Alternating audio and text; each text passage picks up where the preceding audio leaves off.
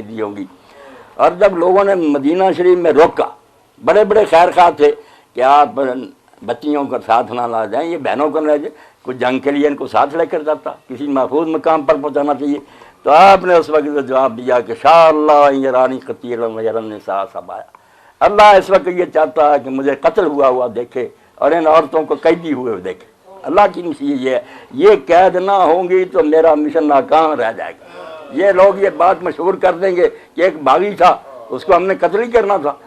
جب یہ نہ رہ کے ان کی عقل الٹی ہو جائے گی نا، ان بچیوں کے بازاروں میں گھمائیں گے، اس وقت امت میں ایک زلزلہ آئے گا کہ اس کو تو تم باغی کہتے ہو، ان رسول اللہ کی بچیوں کا کیا قصور، تم درباروں میں لیے پھرتے رہے۔ اسی کو شاعر نے بہت اچھے انداز میں بیان کیا کہ سارا کربلا کا قصہ دو ہی تو چیپٹر ہے، حدیث عشق، دو باب بست کربلا و دمشق۔ دو باب ہیں، ایک کربلا میں لکھا گیا، ایک دمشق میں لکھا گیا۔ کربلا میں حسین، یکے حسین رقم کر دو دیگرے زینب، ایک حسین نے لکھا، دوسرا زینب نے۔ زینب نہ ہوتی اور اللہ اس کو وہ جرت نہ دیتا جو اس نے دکھائی۔ سب مورخ میں نے پڑھے، شیعہ اور سنی۔ ابن حجر عسقلانی لکھتے ہیں صحابہ میں کہ جب زینب ان درباروں میں بولی تو اس وقت یوں معلوم ہوتا تھا جیسے علی قبر سے نکلا۔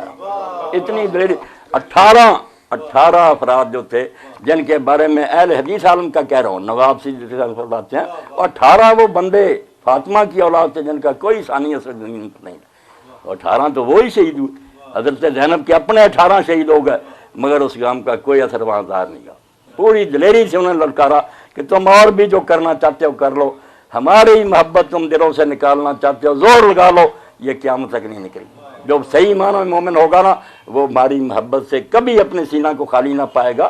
کیا خالی پانا؟ جب اللہ کے رسول نے کہہ دیا، یہ سنیوں کی حدیثیں سنا رہا ہوں کہ اگر کوئی شخص مقام ابراہیم کے درمیان اور حجر اسود کے درمیان ساری عمر نفل پڑھتا رہے اور ساری زندگی روزوں میں گزارے، مگر اس کے دل میں اہل بیت کا بغض ہو، جنت میں کبھی داخل نہیں۔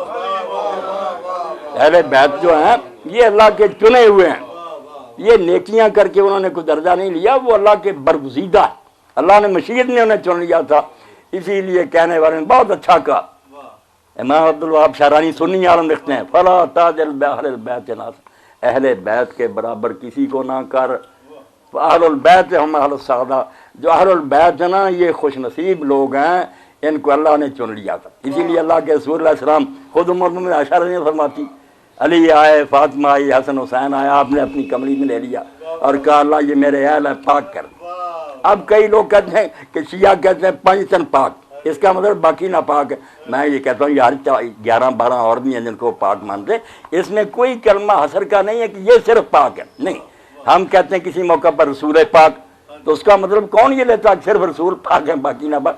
یہ تمہاری شرارت ہے، یہ پاک ہیں آپ کی دعا سے۔ اور اگر اور بھی کوئی پاک نے کیا، ائمہ اہل بیت میں سے شیعہ لوگ مانتے کہ وہی معصوم ہے، تو پاک کسی کو اللہ نے کیا، مگر یہ برگزیدہ، یہ ایسے ہیں کہ جب نجران کے عیسائیوں سے موالے کی نوبت آئی، اتنا بڑا معتزلی عالم دارالمخشری تفسیر میں لکھتا ہے کہ یار اس سے بڑی شان آل ابا کی کیا ہوگی کہ رسول اللہ صلی اللہ علیہ وسلم نے اس وقت علی کو لیا، فاطمہ کو لیا، حسن حسین کو لیا، عیسائیوں سے مقابلہ، اور دعا کرنی تھی کہ جو فریق ہے اس پر اللہ کا عذاب آ جائے، کسی کو ساتھ نہیں دیا۔ اس لیے اہل البیت کی محبت سے سینہ خالی سے کیا لینا، کچھ نہیں۔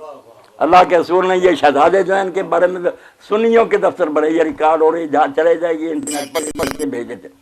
آپ نے فرمایا حب اللہ من حب حسن و حسین، اللہ اس سے محبت کرتا ہے جو حسن اور حسین سے محبت کرتا ہے۔ اور رسول اللہ کریم صلی اللہ علیہ وسلم نے فرمایا من حب حسن و حسین قد حبنی، جو حسن حسین سے محبت کرے وہ مجھ سے محبت کرے گا۔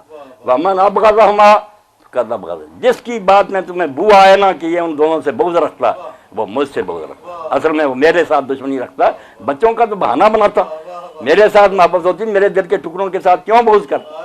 اس لیے اہل البیت کے بارے میں جو اللہ کے رسول اللہ صلی اللہ علیہ وسلم سنی شیعہ سب کے پاس، آپ اپنے ذہن سے یہ نکال دیں، میں کیا حدیثوں سے بیان کرا، اور میرے ہی کوشش سے 22-20 سال ہو گئے، بڑے میرے خلاف فتوے نکلے، مگر الحمدللہ اب ہر مسجد میں شہادت کانفرنس ہو رہی ہے اور اس میں امام علیہ السلام کا تذکرہ کر رہے ہیں۔ میں نے رخ موڑ دیا کہ تم نے یہ ناسبیت یار پھیلا دی، دشمنی اہل بیت کی، یہ مروانیوں کی اہل سنت کی بات کرو۔ اہل سنت میں کوئی عالم آج تک ہوا جس نے امام علیہ السلام، اب ان کا ایک شوشہ یہ کہتے ہیں سید الشہداء تو ہماری حدیثوں میں آتا ہے سید الشہداء حمزہ تو بنا عبداللہ ہے سید الشہداء. میں کہتا ہوں ٹھیک ہے، مگر اس کے ساتھ جو ٹکڑا ساتھ ہی ہے وَرَجُلٌ قَامَ فِي وَجْهِ إِمَامٍ جَائِرٍ، ایک وہ سید الشہداء ہوگا جو ایک ظالم حاکم کے سامنے کھڑا ہوگا، فَأَمَرَهُ وَنَهَاهُ، اس کو حکم دے گا اور برائی سے روکے گا، مگر وہ ظالم اس کو شہید کر دے گا. اس کو بھی حضور نے تمغہ دیا، وہاں ہی ہے مستدرک میں. تو مالا کیوں پڑھتے، کوئی دشمنی ہے تمہارے دلوں میں رسول اللہ کی اولاد